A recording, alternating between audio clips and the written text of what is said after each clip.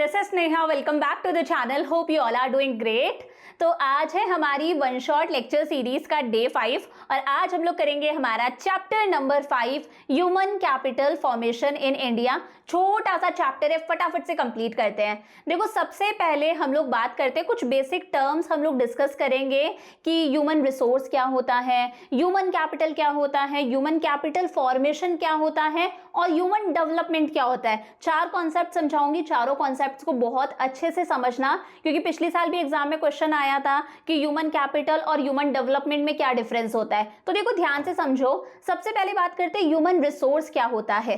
देखो, किसी भी पर्सन के अंदर जो स्किल्स होती हैं, किसी भी पर्सन के अंदर जो एक्सपर्टीज होती है, जो एबिलिटीज होती हैं, जिन चीजों की हेल्प से वो प्रोडक्शन प्रोसेस में कंट्रीब्यूट करता है, यानी कि कंट्री के जीडीपी में कुछ ना कुछ वो कंट्रीब्यूट करता है, उन स्किल्स, उन एक्सपर्टीज, उन एबिलिटीज को बोला जाता है ह्यूमन रिसोर्स। फॉर एग्जांपल, मैं कहती हूं कि एक डॉक्टर के पास में स्किल्स होती हैं, एबिलिटी होती है कि वो पेशेंट्स को ट्रीट कर सकता है। मेरे पास में स्किल्स और एबिलिटीज है कि मैं बच्चों को पढ़ा सकती हूँ। एक फार्मर के पास में स्किल्स और एबिलिटी होती है कि वो क्रॉप्स ग्रो कर सकता है, हम लोगों का पेट भर सकता है।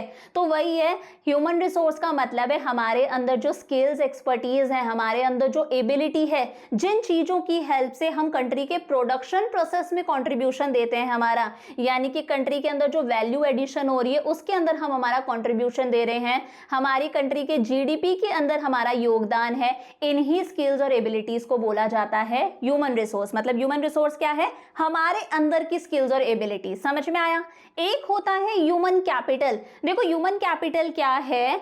एक पॉइंट ऑफ टाइम पर एक कंट्री के अंदर जितने भी स्किल्ड और एक्सपीरियंस्ड लोग हैं, पढ़े लिखे लोग हैं, जो प्रोडक्शन प्रोसेस में अपना कंट्रीब्यूशन दे रहे हैं, जीडीपी के अंदर उनका कोई ना कोई योगदान है, उन लोगों को हम लोग क्या कहते हैं? Human capital. वही लिखा है, एक पॉइंट ऑफ टाइम पर एक कंट्री के अंदर जितने भी स्किल्ड और एक्सपर्ट लोग हैं, पढ़े लिखे लोग हैं, जो कंट्री के प्रोडक्शन प्रोसेस में अपना कॉन्ट्रीब्यूशन दे रहे हैं, हमारी कंट्री के अंदर जितने भी सीएस हैं, हैं, जितने भी एमबीए हैं, डॉक्टर्स हैं, इंजीनियर्स हैं, लॉयर्स हैं, टीचर्स हैं, ये सब लोग कौन है? हमारे देश की ह्यूमन कैपिटल। समझ में आ गया? तो पर्सन के अंदर की स्किल्स और एबिलिटीज क्या है? Human resource. और इन सब लोगों को बोला जाता है human capital.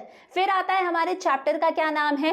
Human capital formation. देखो, ये जब ह्यूमन कैपिटल हमारी इंक्रीज होती है ना, ह्यूमन कैपिटल जब और फॉर्म होती है कंट्री के अंदर, जब ज्यादा से ज्यादा स्किल्ड और एक्सपीरियंस्ड लोग और फॉर्म होते हैं, ज्यादा से ज्यादा डॉक्टर, इंजीनियर, सीएस, लॉयर्स वगैरह जब बनते हैं, उसे हम क्या कहते हैं? Human capital formation. For example, मैं कहती हूं, मान लो साल के शुरुआत के अंदर टोटल स्किल्ड, एक्सपीरियंस्ड और पढ़े लिखे लोग जो प्रोडक्शन प्रोसेस में कंट्रीब्यूट कर रहे हैं, ये शर्त है, याद रखना, ये जरूरी है कि वो लोग प्रोडक्शन प्रोसेस में कंट्रीब्यूट करने चाहिए। बहुत सारे लोग ऐसे हैं, बहुत सारी हाउसवाइफ्स ऐसी होती है जो बहुत अच्छे से पढ़ी लिखी हैं, लेकिन वो कोई काम नहीं करती, प्रोडक्शन प्रोसेस में कंट्रीब्यूट नहीं करती, वो ह्यूमन कैपिटल का पार्ट नहीं होती है, याद रखना। तो मैंने कहा साल के शुरुआत में के अंदर मान लो 80,000 लोग क्या थे? स्किल्ड और एक्सपीरियंस्ड, पढ़े लिखे थे। हमारी ह्यूमन कैपिटल 80,000 थी, लेकिन साल के एंड में हमारी ह्यूमन कैपिटल हो गई मान लो 1 लाख। तो ये 20,000 से इंक्रीज हुई ना, ये 20,000 क्या है? Human capital formation. जब यही ह्यूमन कैपिटल और फॉर्म होती है, ये नंबर्स और इंक्रीज होते हैं, कंट्री में ज्यादा से ज्यादा स्किल्ड, एजुकेटेड, एक्सपीरियंस्ड लोग बढ़ने लगते हैं ना, उस प्रोसेस को हम क्या कहते हैं? Human capital formation. समझ में आ गया? और एक होता है ह्यूमन डेवलपमेंट। ये इस साल आपके एग्जाम में पूछा गया था कि ह्यूमन कैपिटल और ह्यूमन डेवलपमेंट दोनों में क्या डिफरेंस होता है।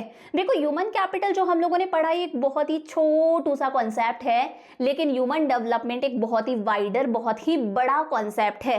देखो, ह्यूमन कैपिटल क्या कहता है? एक कंट्री के अंदर at a point of time जितने भी स्किल्ड, एक्सपीरियंस्ड, पढ़े लिखे लोग हैं, और यहां पर एक शर्त है कि वो लोग प्रोडक्शन प्रोसेस में कंट्रीब्यूट करने चाहिए, जीडीपी में उनका योगदान होना चाहिए, वो ह्यूमन कैपिटल होती है। तो ये एक बहुत ही मतलबी सा, एक बहुत ही सेल्फिश सा कॉन्सेप्ट है ना, पढ़े लिखे लोग जो प्रोडक्शन प्रोसेस में कंट्रीब्यूट कर रहे हैं, वो ह्यूमन कैपिटल है। लेकिन ह्यूमन डेवलपमेंट एक बहुत ही बड़ा कॉन्सेप्ट है। ह्यूमन डेवलपमेंट का मतलब है एक कंट्री में जितने भी स्किल्ड, एक्सपीरियंस्ड, पढ़े लिखे लोग हैं, वो ह्यूमन डेवलपमेंट है। मैटर नहीं करता वो प्रोडक्शन प्रोसेस में कंट्रीब्यूट करते हैं या नहीं करते। ह्यूमन ह्यूमन डेवलपमेंट कहता है लोगों के अंदर स्किल्स और एक्सपर्टीज अगर है तो ये अपने आप में एक अचीवमेंट है। देश के लोग पढ़े लिखे हैं तो ये अपने आप में एक अचीवमेंट है। मैटर नहीं करता वो लोग प्रोडक्शन प्रोसेस में वैल्यू एडिशन में कंट्रीब्यूट करे या ना करे। तो बहुत बड़ा कॉन्सेप्ट है। ह्यूमन कैपिटल क्या है? मींस टू एन एंड है। मींस का मतलब है रिसोर्सेज। ह्यूमन कैपिटल यानी कि पढ़े लिखे लोग, वो क्या है? एक रिसोर्सेज हैं। हम पढ़े लिखे लोग क्या है? कंट्री के लिए रिसोर्स हैं जिनकी हेल्प से कंट्री की ग्रोथ होती है, कंट्री का जीडीपी इंक्रीज होता है। तो ये मींस टू एन एंड है, रिसोर्सेज है जिसकी हेल्प से हम हमारा गोल अचीव कर सकते हैं। लेकिन कंट्री के अंदर ह्यूमन डेवलपमेंट हो रहा है, सब लोग पढ़े लिखे हैं, सबकी हेल्थ वगैरह अच्छी है, ये अपने आप में एक एंड रिजल्ट है, अपने आप में हमारे लिए क्या है? एक गोल है, एक मकसद है। समझ में आया? ह्यूमन रिसोर्स क्या है, ह्यूमन कैपिटल क्या है? ह्यूमन कैपिटल जब इंक्रीज होती है उसे हम ह्यूमन कैपिटल फॉर्मेशन बोलते हैं। और कंट्री में जितने भी स्किल्ड एक्सपीरियंस्ड पढ़े लिखे लोग हैं, ये अपने आप में एक अचीवमेंट है। मैटर नहीं करता वो प्रोडक्शन प्रोसेस में कंट्रीब्यूट करें या ना करें, this is human development. Correct है? अब देखो आगे बात आती है फिजिकल कैपिटल और ह्यूमन कैपिटल में क्या डिफरेंस होता है। देखो हर बिजनेस तीन तरह की कैपिटल यूज करता है। एक होती है फाइनेंशियल कैपिटल जो बिजनेस में पैसा यूज करा जाता है। एक होती है फिजिकल कैपिटल यानी कि जो बिजनेस के अंदर मशीनरीज यूज करी जाती हैं, फिक्स्ड असेट्स यूज करे जाते हैं, उन्हें हम फिजिकल कैपिटल कहते हैं। और बिजनेस के अंदर जो स्किल्ड एक्सपीरियंस लोग होते हैं, जो लेबर है, उसे हम क्या कहते हैं? Human capital. तो दोनों का मतलब क्या है? फिजिकल कैपिटल यानी कि मशीन्स वगैरह क्या है? प्रोड्यूस्ड मीन्स ऑफ प्रोडक्शन है। मीन्स ऑफ प्रोडक्शन मतलब इनकी हेल्प से प्रोडक्शन होता है। और ये मशीन्स भी तो किसी ने प्रोड्यूस करी है, मशीन्स भी तो किसी इंजीनियर ने बनाई हैं। तो ये प्रोड्यूस्ड मीन्स ऑफ प्रोडक्शन है जिनकी हेल्प से फर्दर प्रोडक्शन होता है। वहीं इंसान के अंदर जो स्किल्स, जो एक्सपर्टीज, जो एबिलिटीज होती हैं, उन्हें हम क्या कहते हैं? Human capital. Process of formation physical capital कैसे फॉर्म होती है? जब भी बिजनेसमैन किसी फिक्स्ड असेट में पैसा लगाता है, कोई मशीनरी खरीदता है, तो फिजिकल कैपिटल फॉर्म होती है। और इंसान इन सब चीजों में पैसा कैसे लगाता है? वो पहले देखता है अगर मैं ये इन्वेस्टमेंट कर रहा हूं, इस मशीनरी में पैसा लगा रहा हूं, तो मुझे इस चीज से फ्यूचर में कितना रिटर्न मिलेगा, फिर वो पैसा लगाता है। लेकिन ह्यूमन कैपिटल में पैसा लगाना यानी कि बच्चों को एजुकेशन देना, उनकी हेल्थ पर पैसा खर्च करना, ये किस पर डिपेंड करता है? फ्रेंड्स पर डिपेंड करता है। बच्चों के फ्रेंड्स मान लो सीए कर रहे हैं तो हम भी बच्चों को सीए कराते हैं। एजुकेटर्स पर डिपेंड करता है, टीचर्स की एडवाइस लेकर हम एजुकेशन पर पैसा खर्च करते हैं। सोसाइटी का इन्फ्लुएंस होता है, तब जाके कंट्री के अंदर ज्यादा से ज्यादा स्किल्ड और एक्सपर्ट लोग बनते हैं। टैंजिबिलिटी की बात करें तो फिजिकल कैपिटल को हम देख सकते हैं, मशीनरी को देख सकते हैं, छू सकते हैं, लेकिन पर्सन के अंदर जो स्किल्स और एबिलिटीज है वो इंटैंजिबल है, इसे हम देख नहीं सकते, सिर्फ महसूस कर सकते हैं। सेपरेशन फ्रॉम ओनर, मैं अभी आपको पढ़ाने के लिए जो लैपटॉप यूज कर रही हूँ उससे आप मुझसे सेपरेट कर सकते हो, ओनर से सेपरेट कर सकते हो, आप कभी भी मुझसे बोरो कर सकते हो। तो यहाँ पर आप सेपरेट कर सकते हो फिजिकल कैपिटल को उसके ओनर से, लेकिन मेरे अंदर जो स्किल्स और एबिलिटीज हैं उन्हें आप मुझसे सेपरेट नहीं कर सकते। मोबिलिटी का मतलब है मूवमेंट। देखो जो फिजिकल कैपिटल होती है यानी कि जो मशीन्स वगैरह होती है वो एक कंट्री से दूसरी कंट्री में जा सकती है, बॉर्डर क्रॉस कर सकती है, परफेक्टली मोबाइल है, आराम से बॉर्डर्स क्रॉस कर सकती है, कोई रेस्ट्रिक्शन नहीं है। वो बात अलग है, कई बार कुछ कुछ कंट्रीज ट्रेड बैरियर्स लगा देती है, एक्सपोर्ट और इंपोर्ट्स पर कुछ रेस्ट्रिक्शंस लगा देती है, that is a different case. लेकिन फिजिकल कैपिटल भी देखो मोबाइल है, इंसान भी एक कंट्री से दूसरी कंट्री में जा सकता है, लेकिन यहाँ पर थोड़े बहुत रेस्ट्रिक्शंस होते हैं। कई बार नेशनैलिटी का चक्कर पड़ जाता है, कई बार हम दूसरी कंट्री के कल्चर में अपने आप को अडेप्ट नहीं कर सकते, एडजस्ट नहीं हो पाते, तो ये परफेक्टली मोबाइल नहीं है। समझ में आया? फिर देखो बात करते हैं डेप्रिशिएशन की। जब भी किसी असेट, किसी चीज की वैल्यू टाइम के साथ साथ में गिरती जाती है उसे हम क्या कहते हैं? डेप्रिशिएशन। फिजिकल कैपिटल पर डेप्रिशिएशन लगेगा ही। आपने कोई मशीनरी खरीदी थी 5 लाख की, उसकी कीमत गिरेगी ही, इसे आप अवॉइड नहीं कर सकते। ह्यूमन कैपिटल की भी वैल्यू धीरे धीरे एज के साथ में डिक्रीज होती रहती है। आज मैं जैसा पढ़ा रही हूं आपको, हो सकता है 50 साल बाद में मैं ऐसा ना पढ़ाऊं, तो हो सकता है ह्यूमन कैपिटल की भी जो वैल्यू है वो गिरे, एज के साथ साथ में गिरती है। लेकिन इसे हम रोक सकते हैं अगर हम कंटिन्यूअसली हमारी हेल्थ पर पैसा खर्च करें, टाइम टू टाइम और एजुकेशन ले, ट्रेनिंग ले, तो कहीं ना कहीं हम हमारी वैल्यू को गिरने से बचा सकते हैं। बेनिफिट्स क्रिएटेड की बात करें, यहाँ पर प्रोड्यूसर फिजिकल कैपिटल को यूज करता है, मशीनरी को यूज करके प्रोडक्शन करता है, चीज बनाता है, और वो चीज किसे बेचता है? बायर को बेचता है। बदले में बायर पैसा किसे देता है, प्रोड्यूसर को देता है। तो यहाँ पर बेनिफिट्स यानी कि पैसा कैसे फ्लो हो रहा है, बायर से किसके पास में आ रहा है, प्रोड्यूसर के पास में आ रहा है। सिर्फ और सिर्फ प्रोड्यूसर का प्राइवेट बेनिफिट है और इससे किसी और को फायदा नहीं हो रहा। लेकिन जब कंट्री में ह्यूमन कैपिटल होता है, ज्यादा से ज्यादा लोग पढ़े लिखे स्किल्ड होते हैं, नॉलेजेबल होते हैं, तो कहीं ना कहीं इकोनॉमिक बेनिफिट है, इंसान के खुद के लिए अच्छा है, उसे एक अच्छी नौकरी मिलेगी। साथ में सोशो इकोनॉमिक बेनिफिट्स भी होते हैं, सोसाइटी के लिए भी अच्छा है। ज्यादा से ज्यादा लोग पढ़े लिखे होंगे तो कहीं ना कहीं हमारी सोसाइटी की भी ग्रोथ होगी। समझ में आ गया। आगे बढ़े, अब बात करते हैं, देखो सोर्सेस ऑफ ह्यूमन कैपिटल, कि ये जो ह्यूमन कैपिटल है, ये ह्यूमन कैपिटल कैसे फॉर्म होती है। ह्यूमन कैपिटल मतलब कंट्री के अंदर at a point of time जितने भी स्किल्ड और एक्सपीरियंस लोग हैं, दैट इज ह्यूमन कैपिटल। ये कैसे फॉर्म होती है? नंबर 1 हमारे पास में आता है एक्सपेंडिचर ऑन एजुकेशन। जब हम बच्चों की एजुकेशन, पढ़ाई पर पैसा खर्च करते हैं तो इसकी वजह से ह्यूमन कैपिटल फॉर्मेशन होती है। यही बच्चे पढ़ लिख कर आगे चलकर जॉब करेंगे, प्रोडक्शन प्रोसेस में कंट्रीब्यूट करेंगे। सेकंड आता है एक्सपेंडिचर ऑन हेल्थ। हम लोग लाख पढ़े लिखे हैं लेकिन किसी दिन अगर हमारे सर में भी दर्द हो रहा है तो हम अपना बेस्ट नहीं दे सकते, तो जब हम हमारी हेल्थ पर पैसा खर्च करते हैं तो हमारी प्रोडक्टिविटी इंक्रीज होती है, हम प्रोडक्शन प्रोसेस में, जीडीपी में ज्यादा कंट्रीब्यूट करते हैं, ह्यूमन कैपिटल फॉर्म होती है।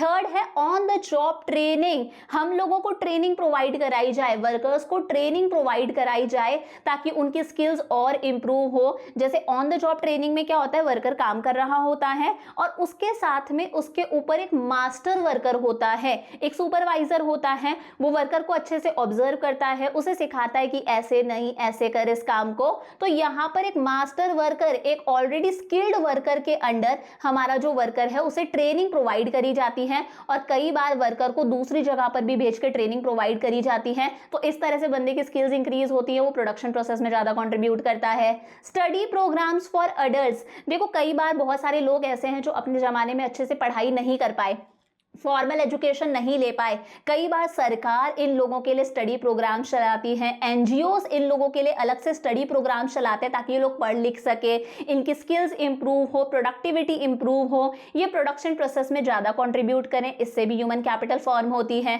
फिफ्थ है माइग्रेशन। जब लोग गाँव से अर्बन एरियाज में आते हैं, शहरों में आते हैं माइग्रेट होके, तो ये लोग गाँव में कुछ नहीं कर रहे थे, आइडल बैठे थे, यानी कि ह्यूमन कैपिटल का पार्ट नहीं थे, प्रोडक्शन प्रोसेस में कंट्रीब्यूट नहीं कर रहे थे। ये लोग जब माइग्रेट होकर अर्बन एरियाज में आते हैं, फैक्ट्रीज में, कंस्ट्रक्शन साइट्स वगैरह पर काम करते हैं, ये लोग हमारे कंट्री के प्रोडक्शन प्रोसेस में कंट्रीब्यूट करना स्टार्ट करते हैं, जीडीपी में इनका कंट्रीब्यूशन शुरू होने लगता है, तो इसकी वजह से भी ह्यूमन कैपिटल फॉर्म होती है। और लास्ट है एक्सपेंडिचर ऑन इंफॉर्मेशन। जब हम लोग इंफॉर्मेशन पे पैसा खर्च करते हैं कि यार जॉब मार्केट से रिलेटेड हम इंफॉर्मेशन ले रहे हैं, कहाँ पर नौकरियां अवेलेबल हैं पता कर रहे हैं, हम देख रहे हैं अलग अलग एजुकेशनल इंस्टीट्यूशंस के बारे में कि यार कौन सा इंस्टीट्यूट कौन सा पर्टिकुलर कोर्स सिखा रहा है, और फिर हम वो सारी चीजें करते हैं, जॉब करते हैं, कोई कोर्स सीखते हैं, तो उससे हमारे अंदर स्किल्स फॉर्म होती है, हम प्रोडक्शन प्रोसेस में कंट्रीब्यूट करते हैं, यानी कि ह्यूमन कैपिटल फॉर्म होती है। समझ में आ गया? तो ये 6 तरीके हैं ह्यूमन कैपिटल को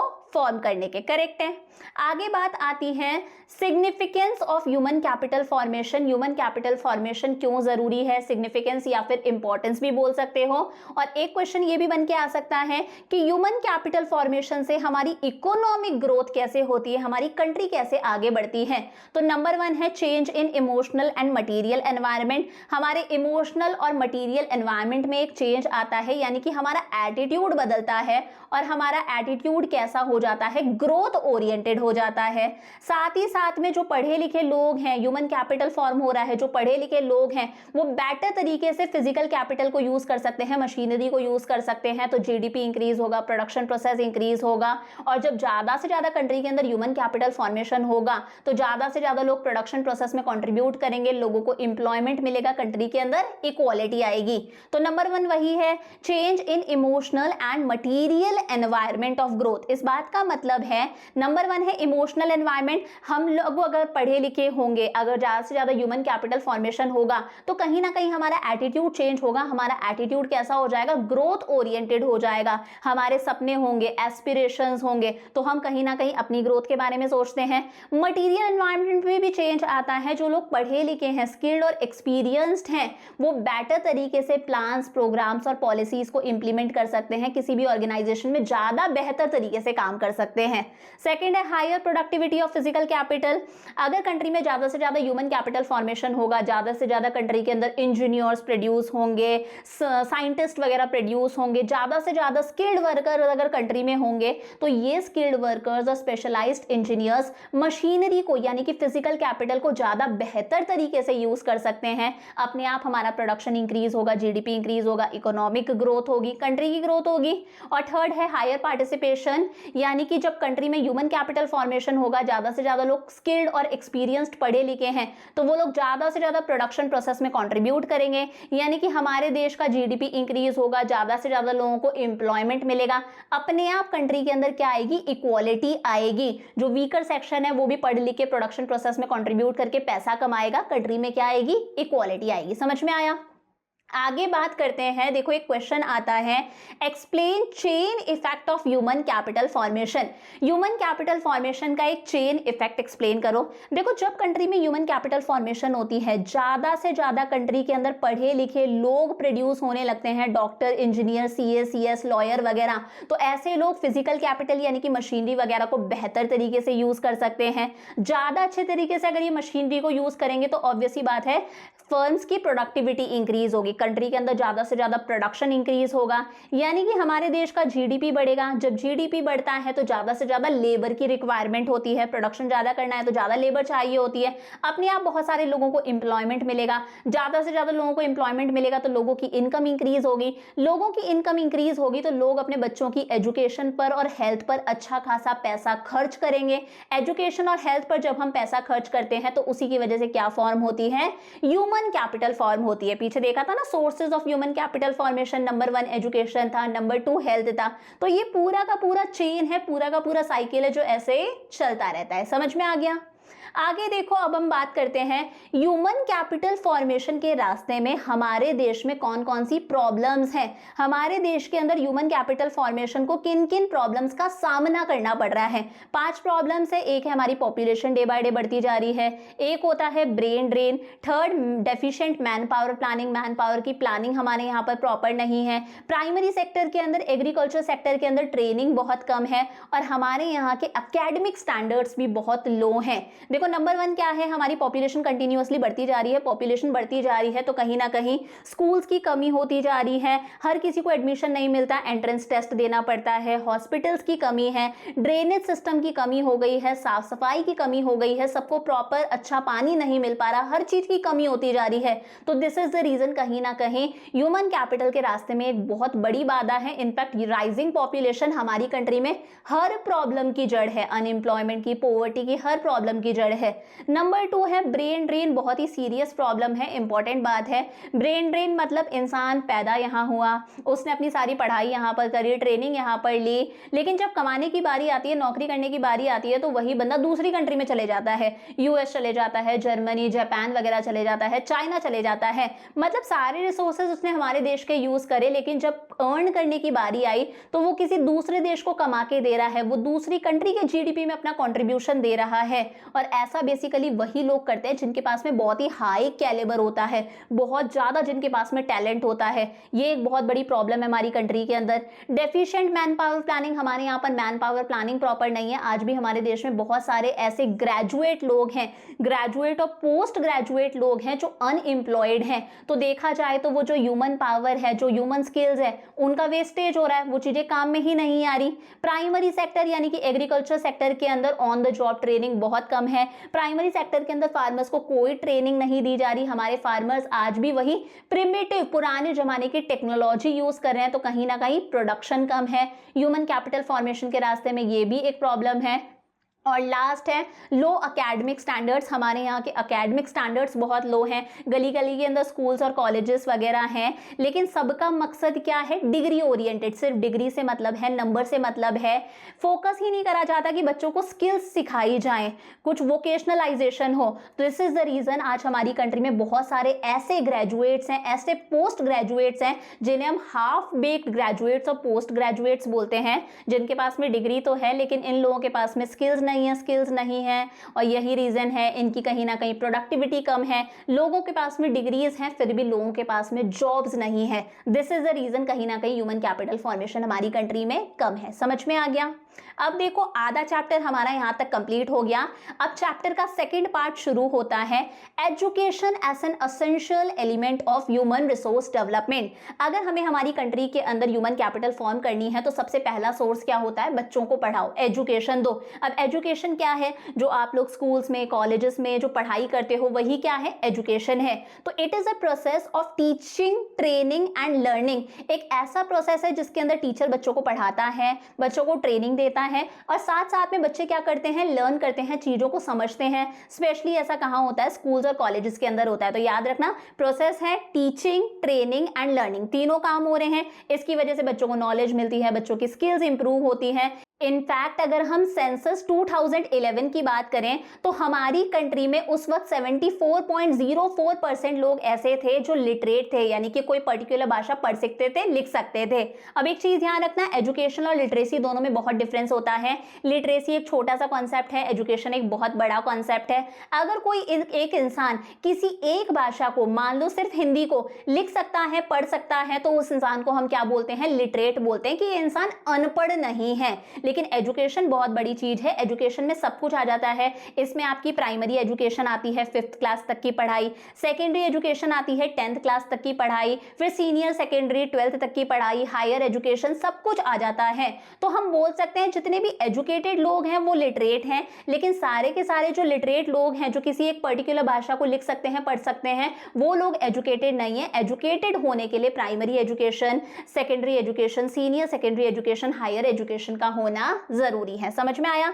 अब देखो एजुकेशन का क्या मकसद है, एजुकेशन क्यों इंपॉर्टेंट है। एजुकेशन से हम लोग एक जिम्मेदार रिस्पॉन्सिबल नागरिक बनते हैं। हम लोग अगर पढ़े लिखे होंगे तो हम कोई ना कोई साइंस और टेक्नोलॉजी से रिलेटेड कुछ ना कुछ नया इन्वेंशन करेंगे, तो साइंस और टेक्नोलॉजी डेवलप होती है। हम ही कौन होते हैं, पढ़े लिखे लोग कौन होते हैं, ह्यूमन रिसोर्स होते हैं। तो कहीं ना कहीं ह्यूमन रिसोर्सेज का प्रॉपर यूटिलाइजेशन हो पाता है और पढ़े लिखे लोग कंट्री के जो नेचुरल रिसोर्सेज हैं, कोल, पेट्रोल है, विंड एनर्जी, सोलर एनर्जी है, इन्हें बेहतर तरीके से यूज कर सकते हैं। अगर लोग पढ़े लिखे होंगे तो वो ज्यादा से ज्यादा प्रोडक्शन प्रोसेस में कंट्रीब्यूट करेंगे, तो अपने आप कंट्री का इकोनॉमिक डेवलपमेंट होगा, यानी कि हमारा जीडीपी इंक्रीज होगा।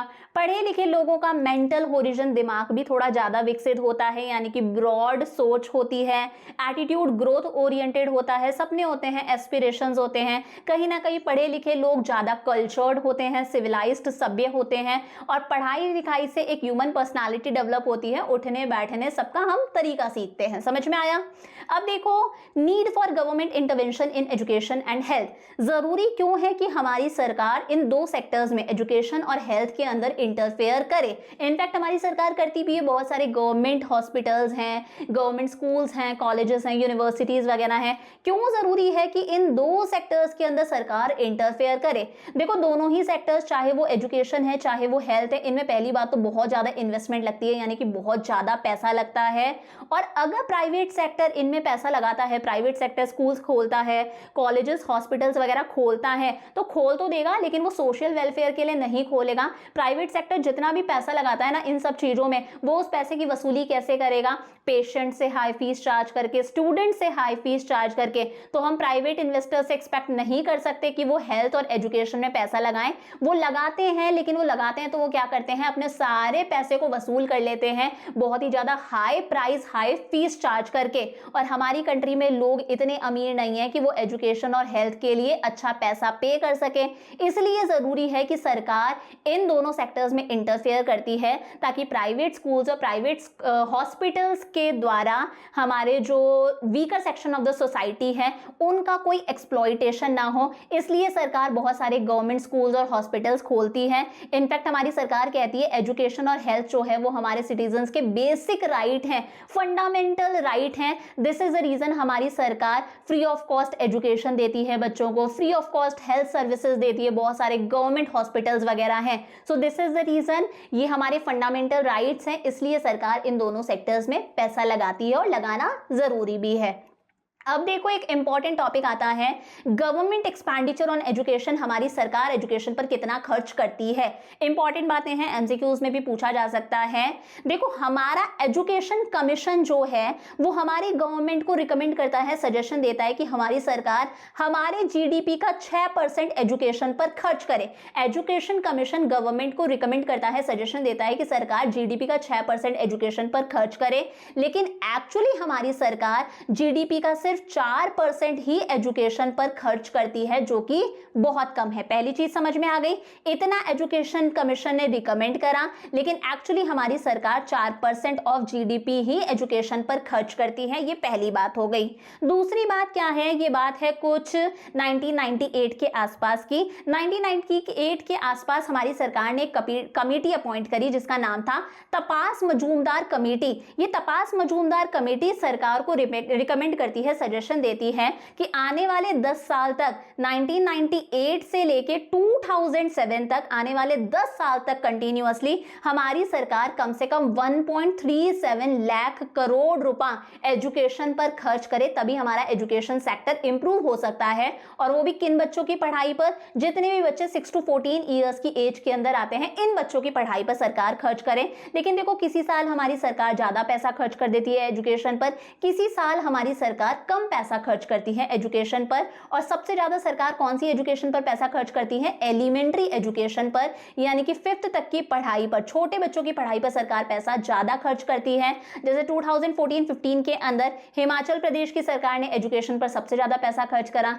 वहीं बिहार की सरकार ने एजुकेशन पर सबसे कम पैसा खर्च करा। अब अगेन एक इंपॉर्टेंट टॉपिक आता है, 2009 की बात है। 2009 के अंदर हमारी सरकार ने एजुकेशन को एक फंडामेंटल राइट बना दिया। हमारे फंडामेंटल राइट्स होते हैं ना, right to speak and all, उसी तरह से सरकार ने एजुकेशन को भी फंडामेंटल राइट बना दिया कि हर बच्चा जो 6 to 14 ईयर्स की एज के अंदर आता है, 6 से 14 साल की एज के अंदर आता है, एजुकेशन उसका अधिकार है, उसका जन्म सिद्ध अधिकार है, फंडामेंटल राइट है। हमारी सरकार एक एक्ट लेकर आई जिसका नाम है right of children to free and compulsory education act, जिसे हम राइट टू एजुकेशन एक्ट भी बोलते हैं। इस एक्ट के तहत जितने भी बच्चे 6 to 14 ईयर्स की एज के अंदर आते हैं, सरकार उन्हें फ्री और कंपल्सरी एजुकेशन देती है। प्राइवेट सेक्टर की मैं बात नहीं करी, हम लोग प्राइवेट स्कूल्स के अंदर बच्चों को पढ़ाते हैं, जिस तरह से आप लोग प्राइवेट स्कूल के अंदर पढ़ के आए हो। लेकिन जो लोग अफोर्ड नहीं कर सकते वो लोग अपने बच्चों को सरकारी गवर्नमेंट स्कूल्स में भेज सकते हैं, वहां पर उन्हें फ्री और कंपल्सरी एजुकेशन मिलेगी। वही लिखा है, सरकार जितने भी बच्चे 6 to 14 ईयर्स की एज के अंदर आते हैं उन्हें फ्री और कंपल्सरी एजुकेशन देती है गवर्नमेंट स्कूल्स के अंदर।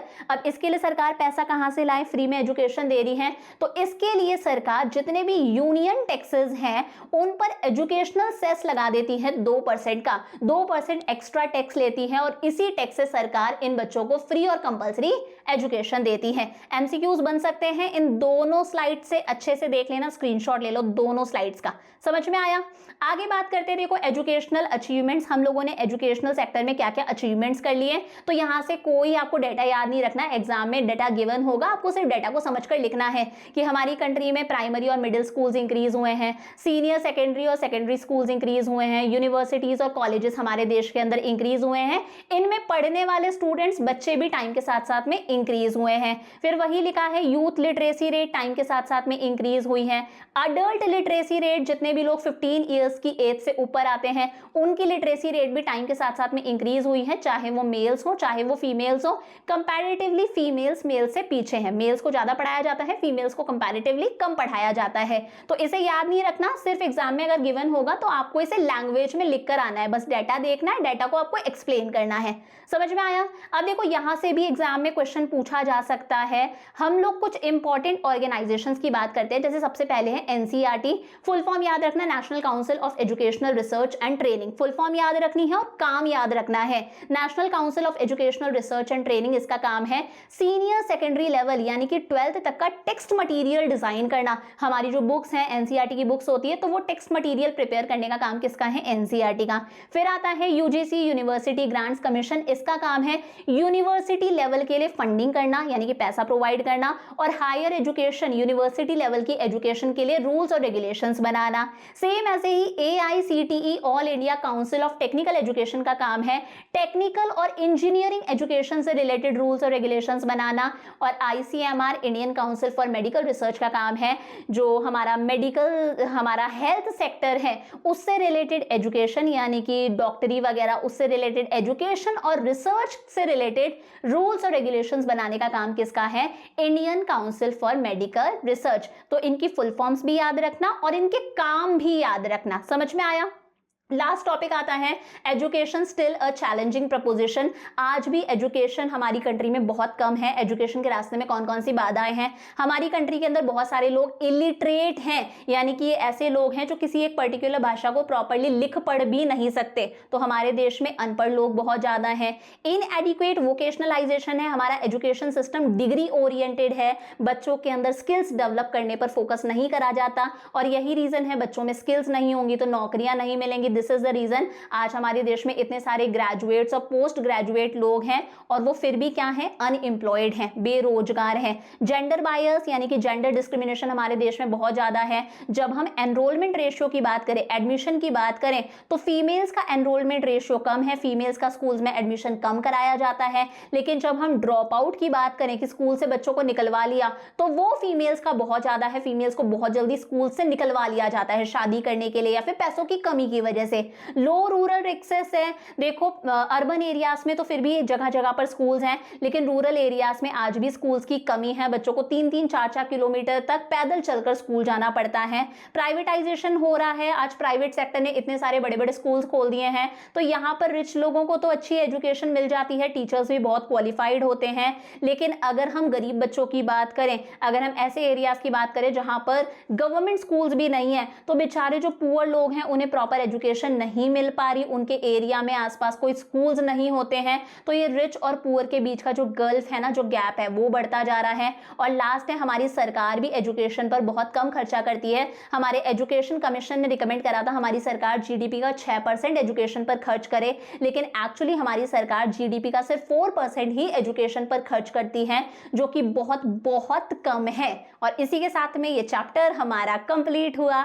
हमारे डे 5 पर हम लोगों ने हमारा 5th चैप्टर भी कंप्लीट कर लिया।